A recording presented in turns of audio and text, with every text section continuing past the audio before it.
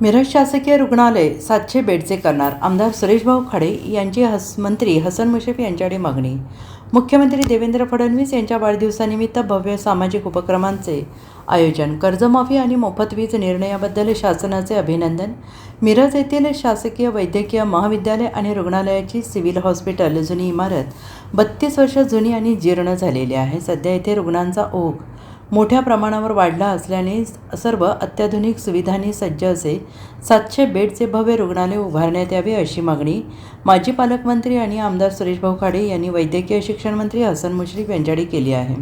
या नवीन इमारतीच्या बांधकामासाठी आवश्यक निधी मंजूर करण्याची मागणी त्यांनी केली आहे, अशी माहिती आमदार खाडे यांनी पत्रकार परिषदेत दिली. या पत्रकार परिषदेत आमदार खाडे यांनी मुख्यमंत्री देवेंद्र फडणवीस यांच्या वाढदिवसानिमित्त राबवल्या जाणाऱ्या विविध सामाजिक उपक्रमांची आणि सरकारच्या महत्त्वपूर्ण निर्णयांची माहिती दिली.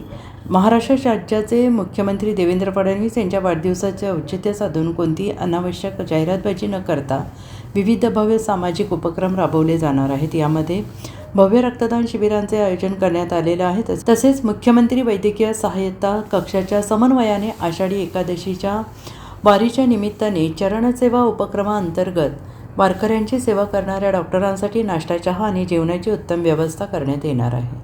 समुदाय आरोग्य शिबिरांचे आयोजन. ग्रामीण भागातील नागरिकांच्या आरोग्यासाठी विशेष आरोग्य शिबिरांचे आयोजन करण्यात आले आहे. दिनांक 18 आणि 21 जुलै 2026 रोजी सकाळी 9 ते सायंकाळी 5 या वेळेस यल्लम्मा मंदिर भोसे आणि तासगाव फाटा भोसे येथे भव्य समुदाय आरोग्य शिबिर पार पडणार आहे. नागरिकांनी याचा मोठ्या संख्येनं लाभ घ्यावा असं आवाहन आमदार खाडे यांनी केलं आहे.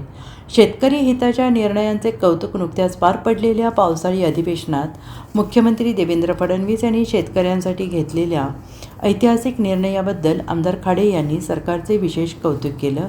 यावेळी भारतीय जनता पार्टी जिल्हा सरचिटणीस धनंजय कुलकर्णी, माजी नगरसेवक पांडुरंग कोरे, दिगंबर जाधव, अप्पा झांबरे हे उपस्थित होते. आपल्या मिरज सिव्हिलमध्ये जर आता परिस्थिती आपण बघितली, सिव्हिल हॉस्पिटल आहे त्याला 30-35 वर्ष झाली बाजू जुनी इमारत आहे.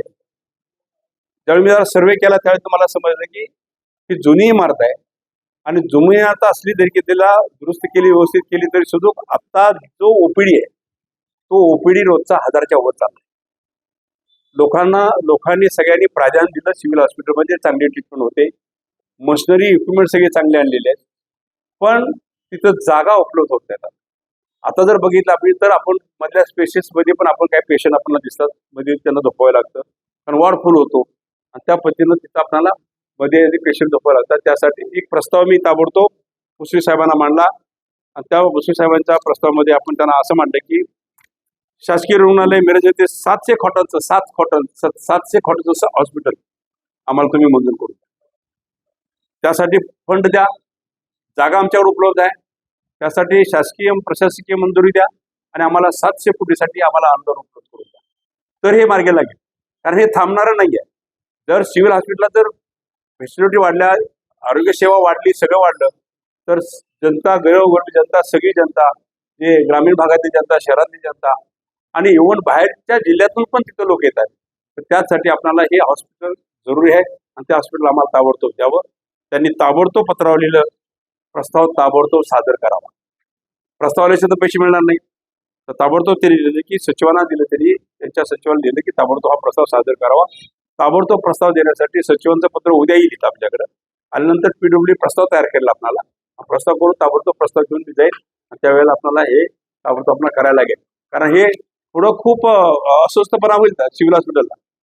कारण आताच कसं होतंय, पेशंटच्या पालकांना वाटतं की आमचा पेशंट आतमध्ये असावा, खाटवर असावा, सगळं असावं ना, पण त्याचा जागाच उपलब्ध होत नसेल. म्हणजे इव्हन त्या वॉर्डच्या मधल्या स्पेसमध्ये पण पेशंट झोपवले असतात, रस्त्यामध्ये पेशंट झोपवले असतात. पण प्रत्येकाला वाटत असेल तर माझा पेशंट व्हावा, ही असंतोषता तयार होण्याच्या अगोदर आपण हे तयार करत होतो. तर त्याचे आपण डिमांड त्यांना आपण दिलेलं आहे. काल मी त्यांना पत्र दिलं, त्यांना भेटलो, त्यांच्याशी मी चर्चा पण केली. त्याचा फोटोही आपल्याला अपलोड झालेला असेल, फोटो पण आहे, त्याचा फोटो पण अपलोड करून द्या. तर त्या दृष्टिकोनातून तेही. दुसरी गोष्ट आहे की 22 तारखेला आपल्या राज्याचे लाडके मुख्यमंत्री देवभाऊ यांचा वाढदिवस आहे. पण त्यांनी क्लिअर सांगितलं की वाढदिवस माझा कुठेही साजरा करायचा नाही, कुठे बॅनर पोस्टर नाही, कुठेही ॲडव्हर्टाईज नाही, कुठं काय नाही, काय त्या पद्धतीने करा.